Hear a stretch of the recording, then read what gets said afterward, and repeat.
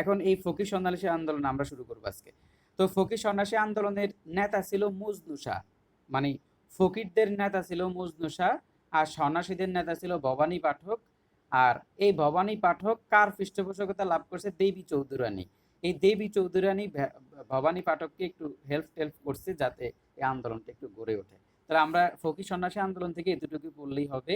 এর আন্দোলনের নেতা ছিল মজনু শাহ, সন্ন্যাসীদের নেতা ছিল ভবানী পাঠক, আর সরি, হ্যাঁ, সরি, ঠিক আছে, যে সন্ন্যাসীদের নেতা ছিল ভবানী পাঠক, আর ভবানী পাঠককে সহযোগিতা করছে দেবী চৌধুরানী।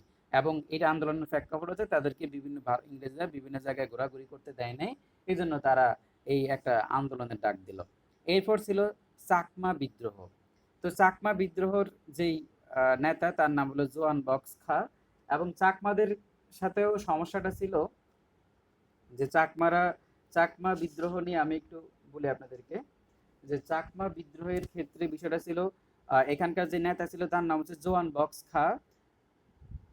1776 সালে ব্রিটিশদের বিরুদ্ধে প্রথম চাকমা বিদ্রোহের পতাকা ওড়ান চাকমারা। তো ব্রিটিশদের চাকমারা মূলত তুলা চাষ করত। তো ওরা আপনার খাজনা দেওয়ার সময় তুলার পরিমাপে পরিমাপ করে করে, মানে ওরা বিনিময় প্রথা, যেটা ওরা তুলা দিলে একজন আলু দিবে আর একজন চাল দিবে এরকম।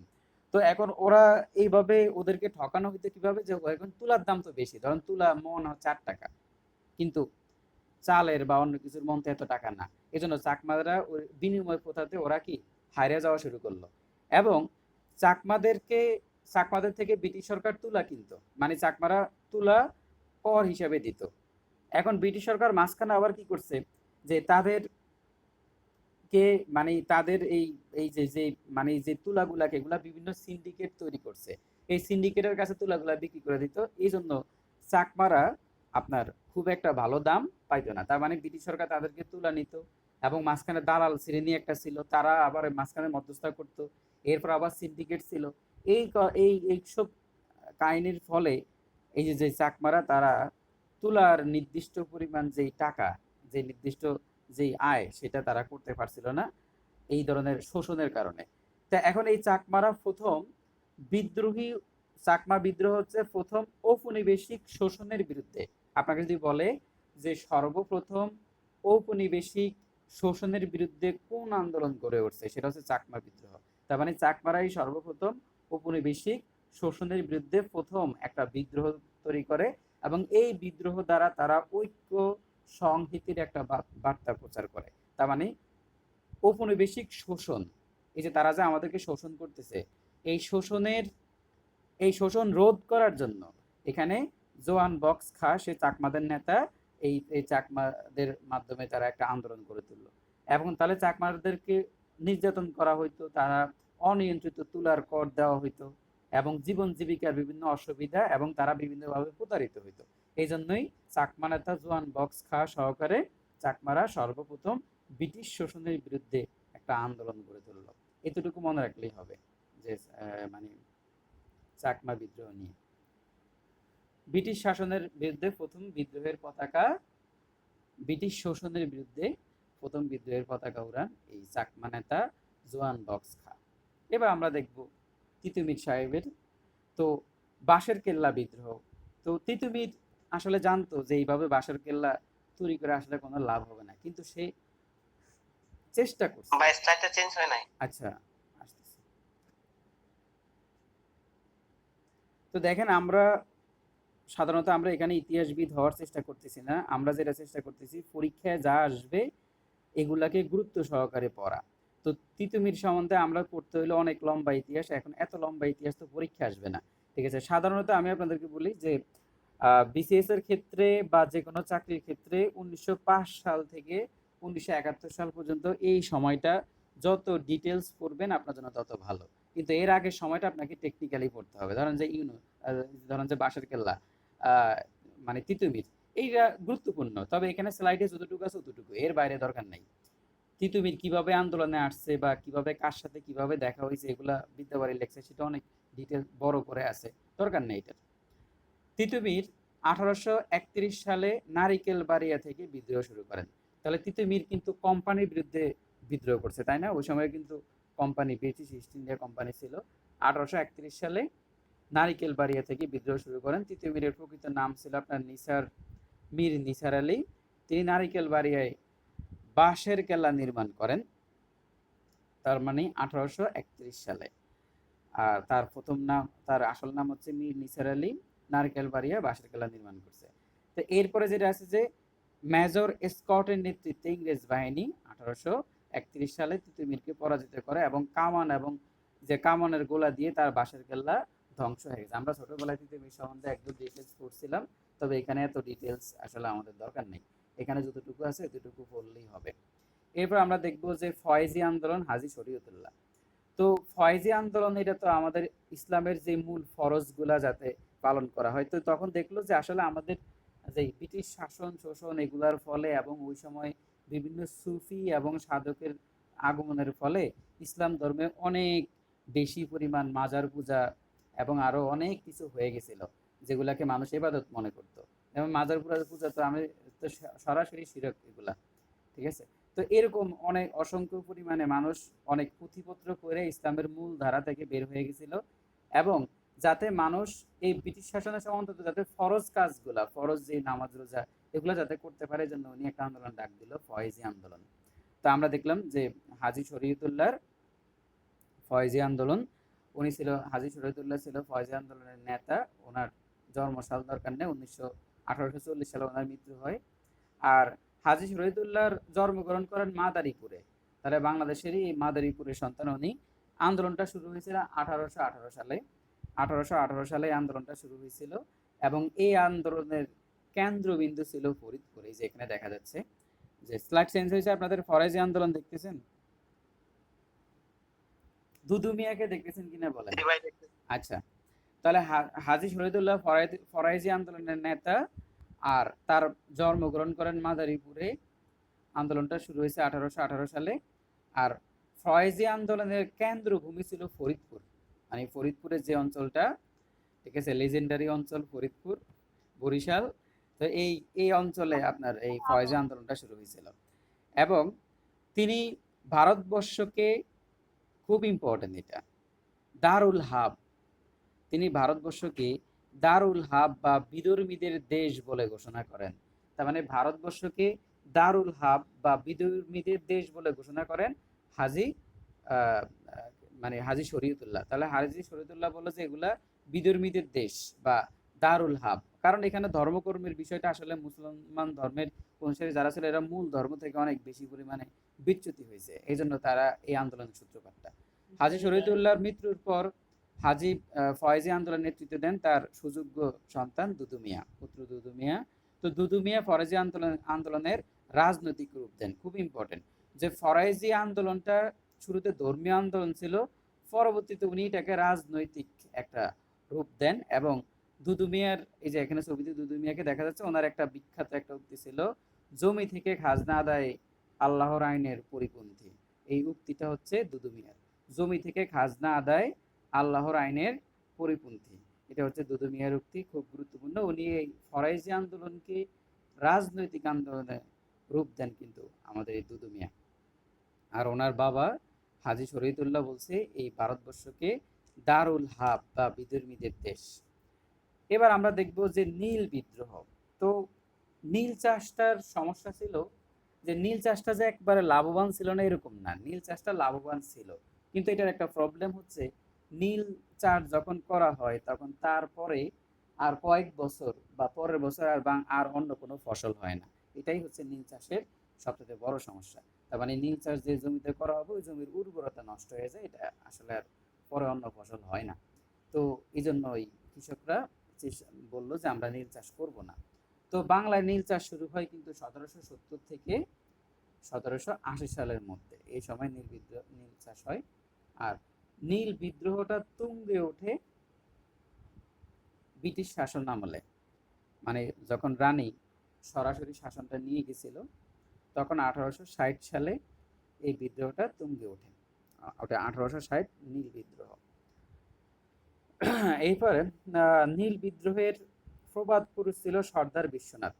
খুব গুরুত্বপূর্ণ এটা, যে নীল বিদ্রোহের প্রবাদ পুরুষ মানে প্রবাদ পুরুষ মানে হচ্ছে যে বিদ্রোহটাকে এগিয়ে নিয়ে যায়, সকল বাধা বিপত্তি সবকিছুকে নিধন করে যে আগে নিয়ে যায়, এটার নাম হচ্ছে, ওনার নাম হচ্ছে সর্দার বিশ্বনাথ। ইংরেজ সরকার 1860 সালে নীল কমিশন গঠন করে। তো যখন এখানে বিদ্রোহটা অনেক হইল, তখন এই বিভিন্ন সাহিত্য এবং পত্র পত্রিকায় বিভিন্ন জায়গায় নীল বিদ্রোহ নিয়ে যখন লেখালেখি হইল, তখন এটা ব্রিটিশ রানীর ব্রিটিশ রাজের বা রানী, যে রানী ছিল ওই সময়, যে রানীর নজরে আসে। তখন ব্রিটিশ রানী এখানে নীল কমিশন নামক একটা কমিশন গঠন করে 1860 সালে। তাহলে 1860 সালে এই আন্দোলনটা তুঙ্গে হয়, তখনই 1860 সালে আবার নীল কমিশন গঠন করে এবং নীল চাষকে ইচ্ছাধীন করে, যে তুমি ইচ্ছা করলে করতে পারবা নীল চাষ, ইচ্ছা করলে নাও পারবা, করতে নাও পারবা।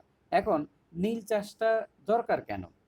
আসলে ওই সময় যখন 1770 বা 1780, ওই সময় ইংল্যান্ডে শিল্প বিপ্লব চলছিল। তো শিল্প বিপ্লব মানে কাপড় চোপড় এগুলাতেও ছিল, তো ওগুলা তৈরিতে এখানে রঞ্জক হিসেবে নীল ব্যবহার করা হয়। তো এই রঞ্জক এগুলা প্রাকৃতিকভাবে নীলগুলা চাষ হইতো। কিন্তু 1860 সালে যখন আন্দোলনটা তুঙ্গে ঘটে, তখন কিন্তু পৃথিবীতে অলরেডি এই নীল, এই যে মানে এই যে যে আমরা যে চাষটা করি, নীল চাষের মাধ্যমে যে নীলটা আমরা পাই, যে রঞ্জকটা পাই, এটার বিকল্প একটা রং, যেটা আমরা ল্যাবরেটরিতে ওরা কৃত্রিমভাবে তৈরি করে ফেলছে। এই জন্য আর ব্রিটিশদের আসলে নীল চাষ করার আর কোনো দরকার হয় নাই। এই জন্য তারা বাঙালিদেরকে বোঝায় যে ঠিক আছে, তোমরা নীল চাষ না করলে নাই, কারণ ওরা তো অল্টারনেটিভ তৈরি করে ফেলছে। এটা হলো 1860 সালে নীল কমিশন গঠন করা হয়। তাহলে এগুলো একটু মানে এগুলা যেগুলো বলছে এগুলো নাইস টু নো, আপনি যদি এগুলো জানেন তাহলে আপনার মূল তথ্যটা মনে থাকবে। 1860 সালে নীল কমিশন গঠন হয়, আর সর্দার বিশ্বনাথ ছিল নীল বিদ্রোহের প্রবাদ পুরুষ। তাহলে নীল, ভাইয়া আমি একটা কথা, বলেন বলেন।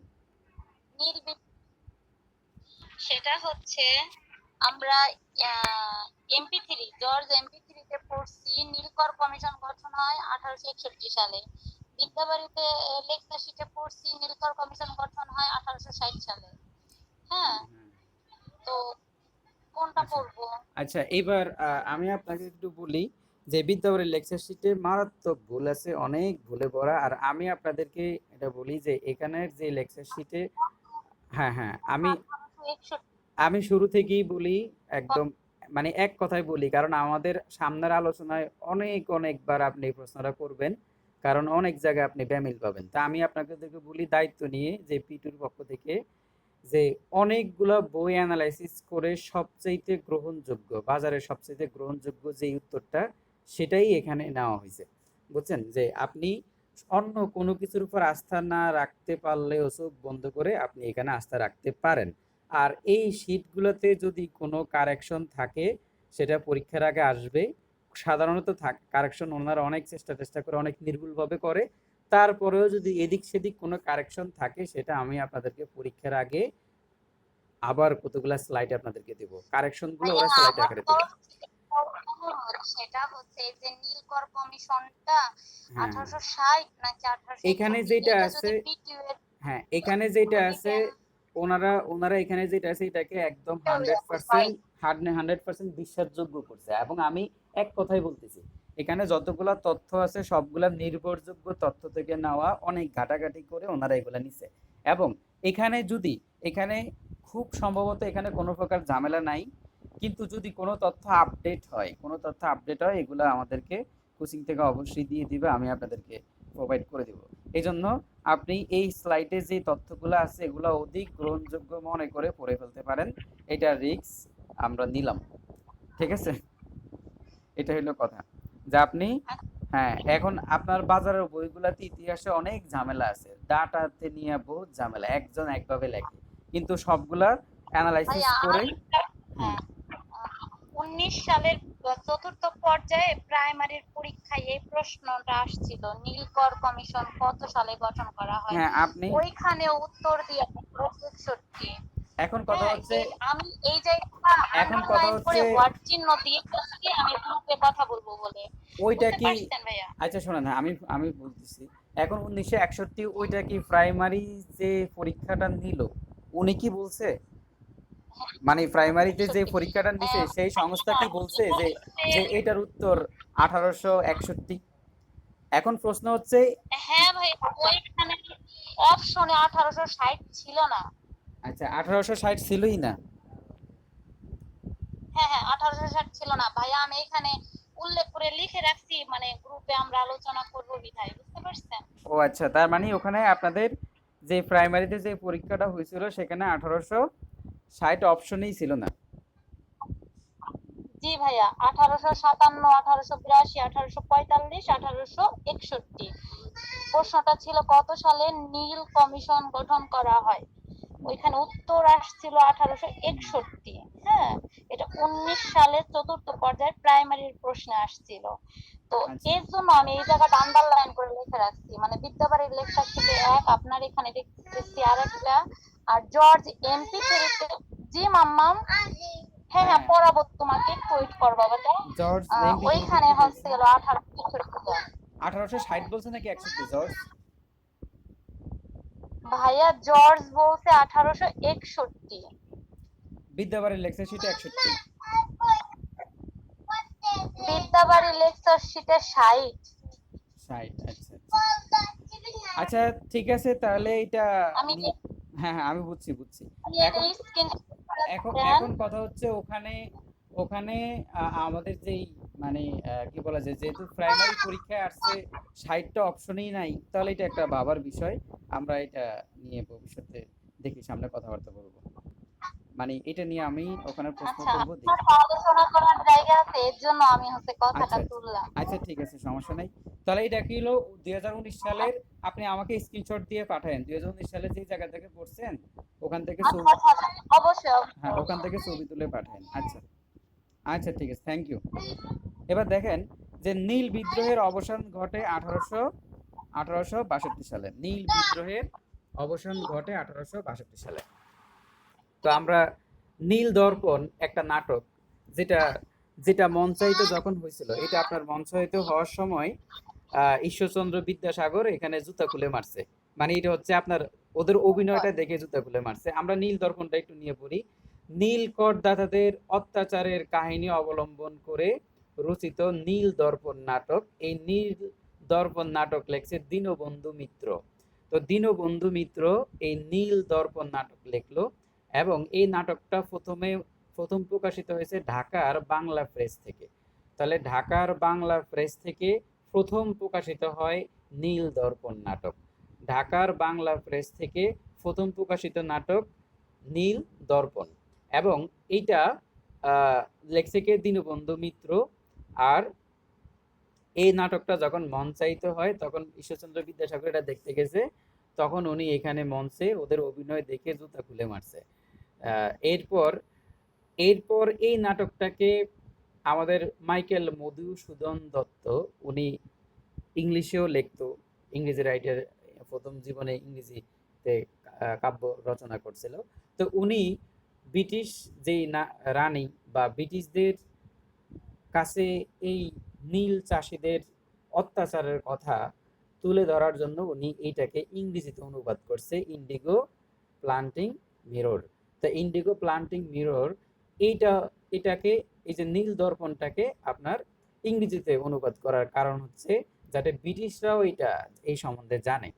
এবং এটার ছদ্মনাম ছিল এ নেটিভ ছদ্মনাম। তাহলে দেখেন যে এই নীল বিদ্রোহ নিয়ে সাহিত্য রচনার ফলে এবং এটাকে ইংরেজিতে অনুবাদ করার ফলে ব্রিটিশ যেই শাসক, ওদের নখদর্পণে এই কথাটা আসে, ইংল্যান্ডে এটা এই ইংল্যান্ডের মানুষ বা এটা জানে। তখন এই যে নীল কমিশন, যেটা নিয়ে আমাদের এখন একটা বিতর্ক তৈরি হইলো যে 1860 হবে নাকি 1861। যেহেতু ওখানে অপশনে প্রাইমারি একটা পরীক্ষা 1861, 60 নাই অপশনে, তাহলে তো এটা নিয়ে একটা আলোচনার একটা দাবি রাখে। তো মাইকেল মধুসূদন দত্ত এই নেটিভ ছদ্মনামে উনি এটা লিখলো। এর পরবর্তীতে আমার একটা নীল কমিশন গঠন হইলো। তো এবং নীল বিদ্রোহের অবসান হইলো 1862 সালে। এবার দেখবো আমরা খিলাফত আন্দোলন। এখন খিলাফত আন্দোলনের প্রেক্ষাপটটা আপনাকে বুঝতে হবে। যখন 1919 থেকে 1924 সালে আন্দোলনটা হয়েছিল, যখন প্রথম বিশ্বযুদ্ধ হয়, তখন ওই প্রথম বিশ্বযুদ্ধে আপনার অক্ষ শক্তি অক্ষ শক্তি ছিল জার্মানি আর হচ্ছে তুরস্ক। তো জার্মানি এবং তুরস্ক এরা ছিল অক্ষ শক্তি, আর মিত্র শক্তি ছিল আপনার ব্রিটিশ। ব্রিটিশরা ছিল মিত্র শক্তি। তার মানে ব্রিটিশরা ছিল মিত্র শক্তি আর ওরা ছিল অক্ষ শক্তি, মানে শত্রু, আর ব্রিটিশদের শত্রু ছিল। তার মানে বাংলার মুসলমানরা পড়ে গেছে একটা দোটানায়। তাদের যেই খলিফা তৎকালীন সময়ে যে খেলাফত ছিল তুরস্কে, সেই খলিফা ছিল তুরস্কের যে শাসনকর্তা, তাদের খেলাফতের খলিফা ছিল সেই তুরস্কের শাসনকর্তা। এবং উনি ছিল আবার কোথায়, উনি ছিল আপনার ব্রিটিশদের বিপক্ষে। তার মানে বাঙালি মুসলমানরা বসবাস করতেছে ব্রিটিশদের কলোনিতে, আবার ওনাদের যে খলিফা, আমাদের যে খলিফা, সেই খলিফা আবার খলিফার সাথে আবার ব্রিটিশদের যুদ্ধ, ওই যে অক্ষ শক্তি আর মিত্র শক্তির মধ্যে। এখন এই জন্য বাঙালিরা পড়ছে একটা দোটানার মধ্যে। এখন তারা কাকে সাপোর্ট দিবে, খলিফাকে সাপোর্ট দিবে নাকি ব্রিটিশদেরকে সাপোর্ট দিবে? তখন ব্রিটিশ সরকার তাদেরকে আশ্বস্ত করছে, আমরা যদি যুদ্ধে জিতি তাহলে তোমাদের এই খেলাফত, মুসলমানদের যে খেলাফত, সেই খেলাফতের কোনো কিছু করা হবে না, তাদেরকে অরক্ষিত অবস্থায় থাকবে। কিন্তু ব্রিটিশরা এই কথাটা মানে নাই।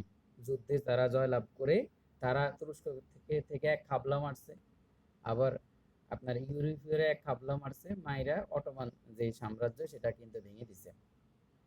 তো প্রথম বিশ্বযুদ্ধে তুরস্কের পরাজয় এবং সেভার্স চুক্তিটার নাম ছিল সেভার্স চুক্তির আগস্টের 10 তারিখ 1920 সালে অধীনে তুরস্কের ভূখণ্ড ইউরোপীয় শক্তিগুলোর মধ্যে ভাগ বটরা শুরু হয়ে যায় এবং ইসলামের পবিত্র স্থানসমূহের উপর খলিফার অভিভাবকত্ব নিয়ে ভারতের একটা শঙ্কা দেখা দেয়।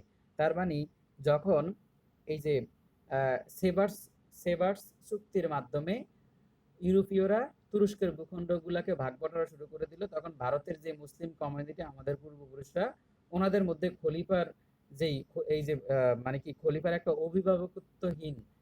হীনতার একটা সংখ্যা দেখা দেয়, আমাদের খলিফার তো পতন হয়ে যাবে। এই যে খলিফার এই পতন হয়ে যাবে, এই জন্য এই পতনটাকে রোধ করার জন্য এখান থেকে খেলাফত আন্দোলনের প্রস্তুতি শুরু হয় এবং খেলাফত আন্দোলন শুরু হয়। এবং তো এখানে এই কারণে খিলাফত রক্ষার্থে গ্রেট ব্রিটেন ও ইউরোপীয় শক্তিগুলোর হাত থেকে তুরস্কের সাম্রাজ্যকে বাঁচানোর জন্য 1919 সালে সেপ্টেম্বর মাসে খেলাফত আন্দোলন শুরু হয়। তো যদিও এই আন্দোলনটা এক পর্যায়ে সফল হয় নাই, কারণ হচ্ছে তখন তুরস্কে কামাল আতাতুর্ক পাশা চলে আসছিল এবং উনি এসে খেলাফত এগুলো বাদ দিয়ে দিছে। এই জন্য আর এই আন্দোলনটা আস্তে আস্তে স্থিমিত হয়ে যায়। তো এই আন্দোলনের নেতৃত্ব দিছে মাওলানা আবুল কালাম আজাদ, মাওলানা মোহাম্মদ আলী প্রমুখ। তাহলে মাওলানা আবুল কালাম আজাদ, মাওলানা মোহাম্মদ আলী, ওনারা এই আন্দোলনের নেতৃত্বটা দিল। এখন এখানে বলা হচ্ছে যে খেলাফত আন্দোলনের ভারতীয় উপমহাদেশের যে মুসলমানদের মধ্যে খেলাফত আন্দোলনের একটা উপকারী দিক আছে, সেটা হচ্ছে খেলাফত আন্দোলনে ভারতীয় মুসলমানদের মধ্যে, উপমহাদেশের যে মুসলমানদের মধ্যে একাত্রতা, দৃঢ়তা করার জন্য একটা অবদান রাখে এবং রাজনৈতিক সচেতনতার জন্ম দেয়। মুসলমানরা একত্রতা করলো, দৃঢ় হইলো এবং রাজনৈতিকভাবে সচেতন হইলো এই খিলাফত আন্দোলনের মাধ্যমে। এখন একই সময়ে আমরা আরেকটা ঘটনা একটু পড়ি। তো আমাদের এই যে গান্ধীজির যেটা হইলো যে একই সময় যখন খেলাফত আন্দোলন চলছিল তখন হিন্দুদের নেতৃত্বে, মানে গান্ধীজির নেতৃত্বে আরেকটা আন্দোলন চলছিল, যেটার নাম হচ্ছে গান্ধীজির অহিংস জাতীয়তাবাদী আন্দোলন। অহিংস জাতীয়তাবাদী আন্দোলন বা সত্যাগ্রহ আন্দোলন, এটা এখানে একটু খুঁজি, সেটা কোথায় সত্যাগ্রহ আন্দোলন। এই যে সত্যাগ্রহ আন্দোলন, দেখেন এটা হলো সত্যাগ্রহ আন্দোলন। তাহলে গান্ধীজির অহিংস জাতীয়তাবাদী আন্দোলন বা সত্যাগ্রহ আন্দোলন, এটা মানে হচ্ছে যে যতই ব্যথা দাও সইব। এই আন্দোলনের মর্ম কথা হচ্ছে যে ওই সময়ে এই যে মাস্টারদা সূর্যদেব সেন সহকারে বা ওনারা না, মানে ওই সময় ভারতের আন্দোলন যখন একটু সবাই চাইছিল যে, মানে আমাদের আরেকজন ছিল যে নেতাজি সুভাষচন্দ্র বসু আছে না, নেতাজি সুভাষচন্দ্র বসু ছিল সহিংস আন্দোলনের পক্ষে, যে ব্রিটিশদেরকে এইভাবে গালে চুমা দিয়ে দৌড়ানো যাবে না, ব্রিটিশদেরকে দৌড়াইতে হলে সহিংস আন্দোলন করতে হবে। এই গান্ধীজির এসব এই কি এসব স্যাং ব্যাং এগুলো দিয়ে ব্রিটিশদেরকে দৌড়ানো যাবে না। আর গান্ধীজি মনে করতো যে আমরা অহিংস আন্দোলন করে এটাকে দৌড়ানো যাবে, বা সত্যাগ্রহ আন্দোলন। এটা মানে হচ্ছে যে আপনি আমাকে বলতেছি যে যে মুসলমানদের উপর বা ভারতের মানুষের উপর ব্রিটিশ সম্রাট নির্যাতন করবে, কিন্তু তারা চুপচাপ থাকবে, কিছু বলবে না। এই চুপচাপ থাকার মাধ্যমে, এই মুখ বুজে সবকিছু সহ্য করার মাধ্যমে অত্যাচারী হৃদয়ের পরিবর্তন ঘটানো বা তার অন্তরে শুভ বুদ্ধি জাগরণ ঘটানোই হচ্ছে সত্যাগ্রহ আন্দোলন। দেখছেন না অবস্থা, যে মুখ বুজে সব অত্যাচার সহ্য করে অত্যাচারী হৃদয়ে পরিবর্তন ঘটানো বা তার অন্তরে শুভ বুদ্ধি জাগরণের ঘটনার ঘটনাই হলো সত্যাগ্রহ আন্দোলন, যেটা এখন বর্তমানে আমাদের এই ইয়ং জেনারেশনে আমাদের পারিবারিক জীবনে হয়। এখনকার ছেলেরা তো চুপচাপ বউয়ের সব কিছু সহ্য করে চিন্তা করে যে এই অত্যাচারী কখন তার হৃদয়ের মধ্যে পরিবর্তন ঘটবে, সে আমাকে মুক্তি দিবে, মানে আর ঝামেলা টামেলা করবে না। আর তো এই গান্ধীজির নেতা গান্ধীজির কথা ছিল এটা, যে সে অত্যাচারী হৃদয়ের পরিবর্তন ঘটাবে, মুখ বুঝে সবকিছু সহ্য করবে। এটা হচ্ছে সত্যাগ্রহ আন্দোলনের মূল কথা। গান্ধীজি মনে করেন সত্যাগ্রহীরা শান্তিপূর্ণভাবে অহিংসা আন্দোলন করবে এবং সে কখনোই হিংসাত্মক হয়ে উঠবে না, মানে ব্রিটিশদের সাথে যে মারামারি কাটাকাটি এগুলোর মধ্যে যাওয়া হবে না।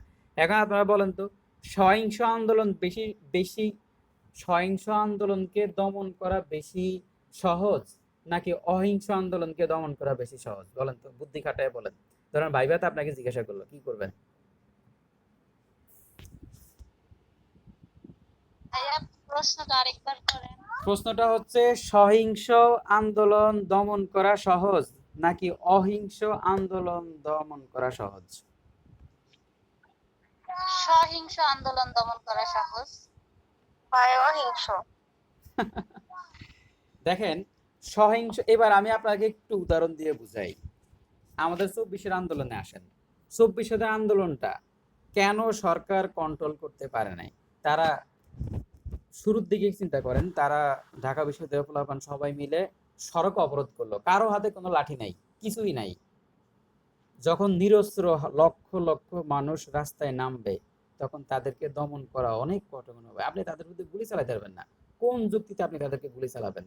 যে কোটা সংস্কার আন্দোলন, তারা রাস্তা ব্লক করে দিছে। এইভাবে ব্লক করার ফলে দেশের প্রবলেম হচ্ছে, আন্দোলনটা চতুর্দিকে ছড়ায় যাচ্ছে এবং তারা কিন্তু কোনো সহিংসতার পথ বেছে নেয় নাই।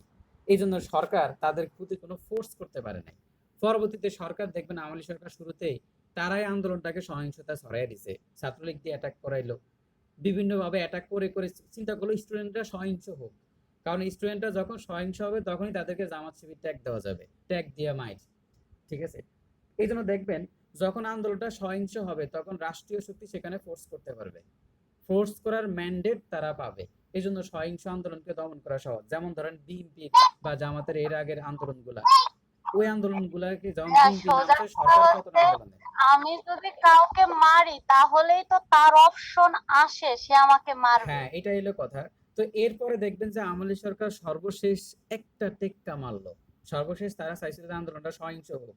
তারা কি করলো, জামাতকে নিষিদ্ধ করে দিছে, যাতে জামাত একটা আন্দোলন করলে লাঠি সোটা নিয়ে নামলে বলবে এই দেখো এরা সব জামাত শিবির মায়ের। এবার কিন্তু জামাত কি করছে, রাস্তায় নামে নাই, নিজেদের নিবন্ধন বন্ধ বাতিল হয়ে গেছে, তাও তারা নামে। তারা বুঝে যে এটা একটা সেই আমল থেকে এই ধরনের কিছু হয়ে আসছে।